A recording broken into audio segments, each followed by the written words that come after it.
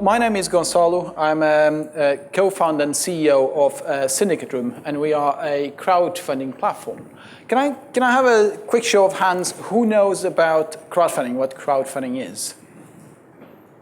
That is about 100 times more than when I used to do these presentations 2 years ago. But does anyone know what is going to be the first ever crowdfunding project? Any ideas on date? 2 to 5 years ago? 10 years ago? Longer? Anyone thinks it's longer than 10 years ago? One person. This is going to been the first ever crowdfunding project. In the 19th century, the Statue of Liberty, as you may know, sent by the French to the United States, but there was a little problem, which was New York didn't have any money on where to install the Statue of Liberty.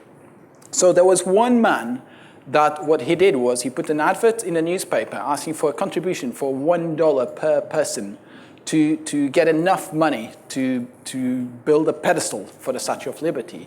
A lot of other cities jumped on the opportunity straight away, saying, yeah, bring it over to us, we'll have the Statue of Liberty. They got 180,000 people sending $1 each via the post, and they got $180,000, which for today's terms would be over $3 million to build the pedestal where the Statue of Liberty still stands today. And now, of course, we all know it as a massive icon of the United States. However, the internet was really slow back then. So things have changed slightly in terms of crowdfunding. Anyone recognizes this? This is the Pebble Watch. Pebble Watch went on Kickstarter to raise $150,000. Within a few days, they had $10 million pledged to the project. Now, what they did was anyone that would pledge above a certain amount, they would get one of these watches. These were very cool back then, watches that would link via Bluetooth to your smartphone and show you all the information. You could build apps on it. It didn't exist back then. And a lot of people pledged $10 million. And that's the power of crowdfunding, is that people can really stand behind a project that they really believe in. They had a slight issue, which was so many people actually pledged for it and wanted the watch. They had problems actually delivering it, but they ended up delivering it and ended up being a hugely successful project.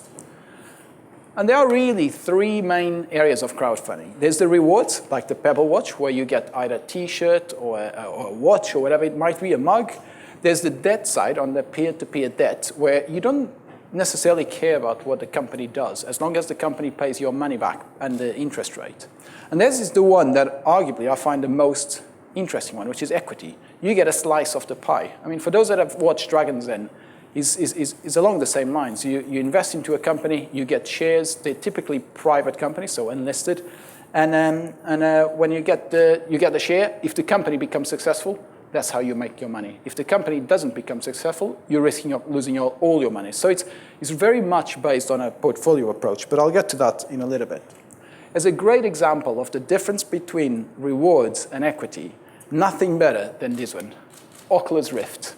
This was a project, again, went on a platform in the United States, and they were pledging $250,000, and they got $2.5 million. A venture capitalist spotted the opportunity and invested $2.5 million. So they got equity, whereas everybody else, if you'd give $25, you'd get a T-shirt. Anyone knows the end of this story? They were bought by Facebook 18 months later for just over $2 billion, right? Suddenly, that nice $25 T-shirt that you have could be worth $40,000 out of your investment. That's a pretty damn expensive T-shirt, if you ask me.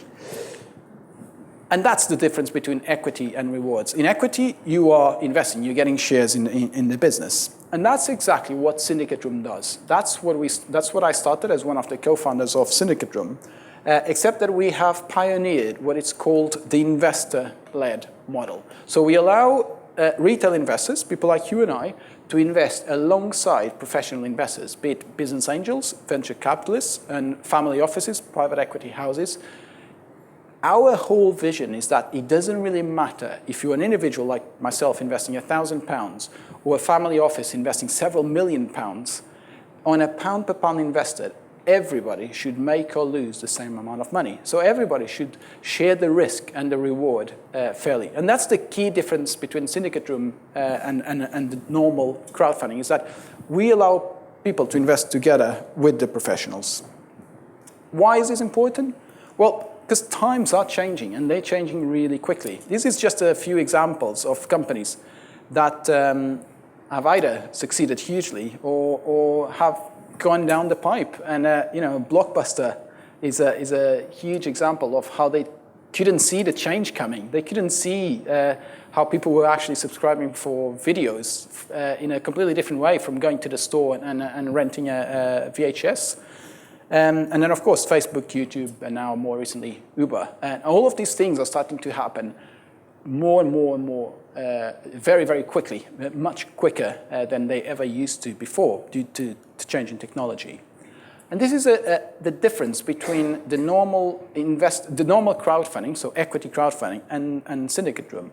At the top, we have the investor-led model, which is what we have. So we allow the crowd to invest together with the professionals, and there's a two-way conversation before it goes on our platform, where the professionals negotiate the valuation of the business, the class of shares, the investor protections, and then everybody else can piggyback on that effectively and join the same investment round. Whereas normal crowdfunding, which is known as company-led crowdfunding, is the company sets the investment terms, which naturally will tend to be in their favor, higher valuation, because that will be what the company will want quite naturally. And what SyndicateRoom does is really to allow the crowd to invest where the business angels and other professionals are investing their own money, and is grabbing these two together. Why? Because we believe that quality, not quantity, is all it matters. And trust me on this one, it's really easy to find companies looking for money. Really easy. Far, far harder to find good companies looking for money. And that's exactly what we focus on, is allowing the crowd to invest where the professionals are investing in, rather than allowing them where the professionals don't want to invest in. These are some of the professionals that have been lead investors on our platform. They are very well-known business angels. They've been incredibly successful entrepreneurs. And actually, not just Jonathan and Herman. One of the lead investors on a platform has been Jim Mellon himself. He has led one of the funding rounds on SyndicateRoom. So you and I could have invested £1,000 alongside business angels like Jim Mellon, an investor like Jim Mellon. So Jim invested into a company that's actually presenting today as well. And they have a booth down there, which I would recommend you to go to, which is the Diabetic Boot Company. And Jim negotiated a valuation to whatever level he was happy to invest his own money in. And then he allowed other people to join. And the whole idea is that he's not telling you that it's a good or bad investment. He's saying, look, I'm putting my own money in. If you want to risk your money together with me, fine. But we are sharing the risk and the reward. So we've had people like Jim Mellon as lead investors as well.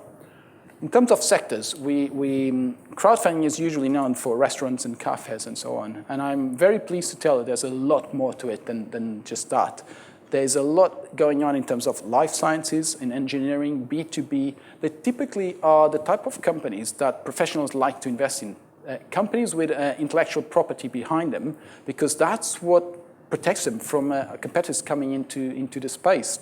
Not all companies are like Facebook, which with very little IP, but a massive network effect. A lot of these companies, particularly when you get to life sciences and engineering, you need to have patents in place for your technology so that your competitors cannot use that technology.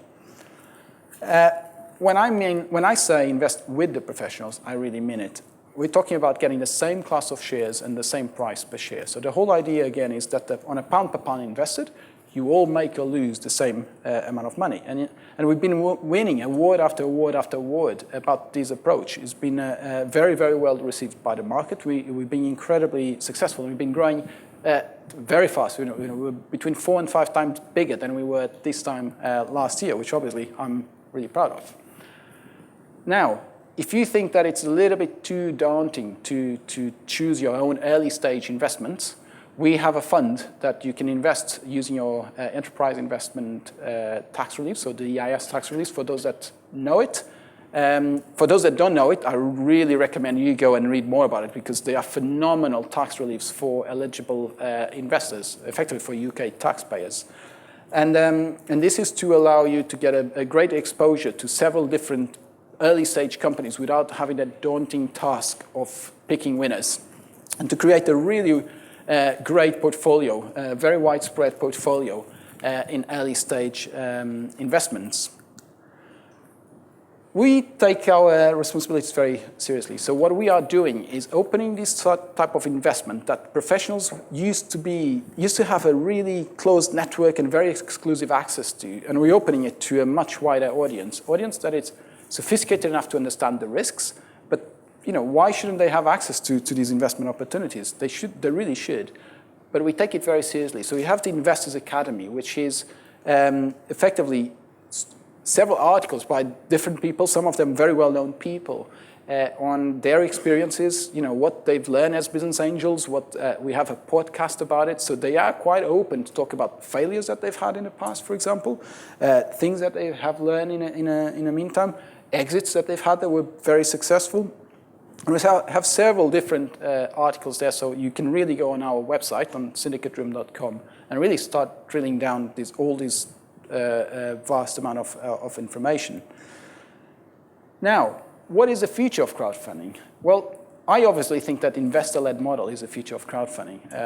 I would, because I started Syndicate Room.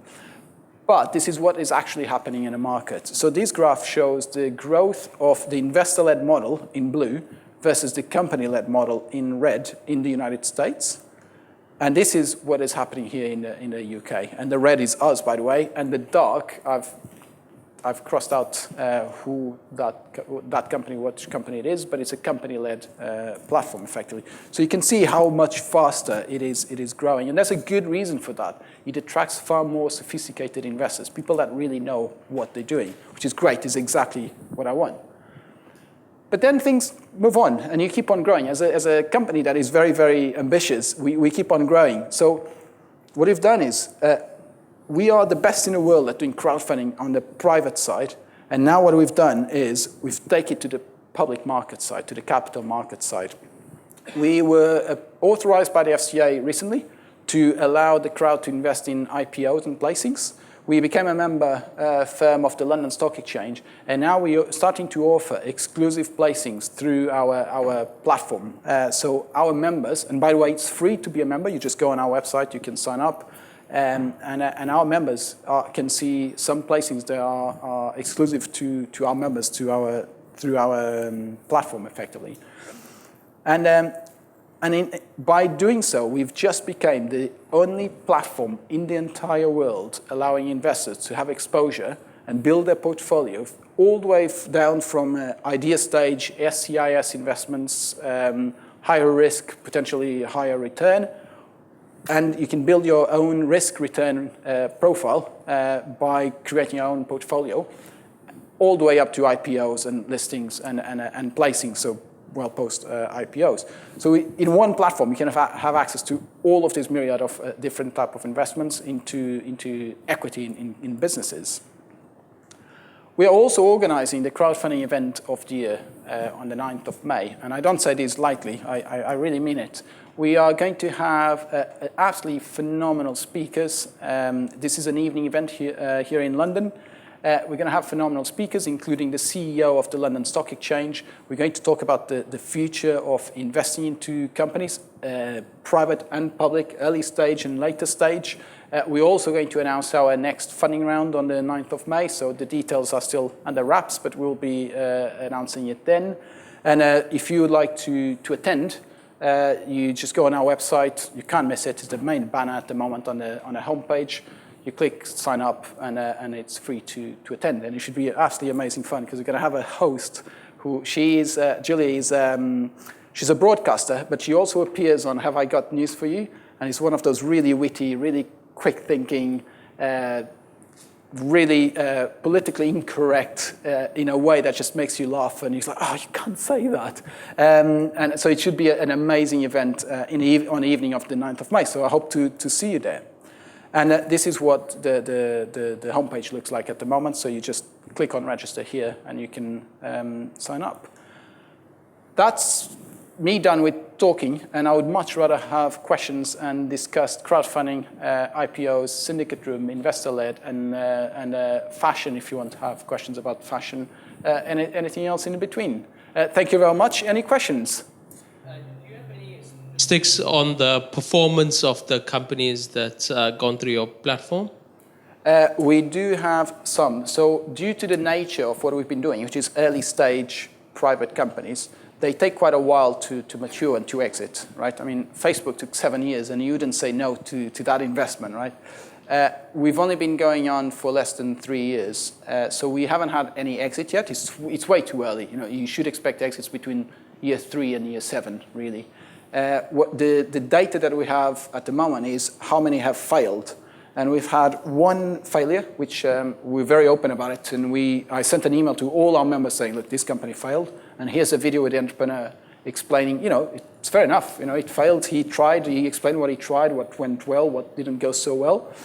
And we had one company that said, actually, they took the money. They started trying to grow. They didn't grow as they were expecting. They said, actually, we don't think it's going anywhere. And they returned about 85% of the money back to investors. And that is over 70 fundraisers, nearly 80, which makes it just under 3% failure rate in nearly 3 years. The industry average is 25%. And by the way, that includes us, so we're bringing that average down by a very significant amount. And again, that all comes from the investor-led versus company-led model. So our average is 3%. The industry average is way, way, way higher. And by the way, the industry average is not actually that bad. In this type of early stage, you can expect up to 50%. Okay. Due to the time constraint, there will be one more question, last question. Otherwise, you can visit stand 7677.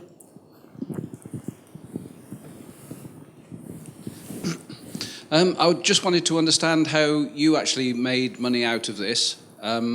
Because it sounds as though the lead investor values the company and buys in on that basis, that valuation, and we buy in on that valuation. So I wondered how you finance yourselves. Good question. We're not a charity. So the companies pay... Do you invest as well? I'm not allowed to invest due to insider knowledge. But going back to the question, so we are paid by the companies, completely free for investors. Companies pay us a percentage on what they raise through the platform, which is, to be honest, is very normal in terms of corporate finance. It's the normal model. It's completely free for investors. Investors don't pay us anything. So we get paid a percentage at the beginning by the company, and then an ongoing small management fee. That means that we aligned with investors, because if the company fails very quickly, we don't get paid that management fee on an ongoing basis. And I think that's the last question. It's the time to go. We are on the stand by the food and coffee, so do come around. I'm there. My co-founder, Tom Britton, is there as well. Sarah is there as well. Please come around and ask questions. I knew there were some more arms up. Do come and ask questions. Thank you very much, and I hope to see you on the 9th of May. Thank you.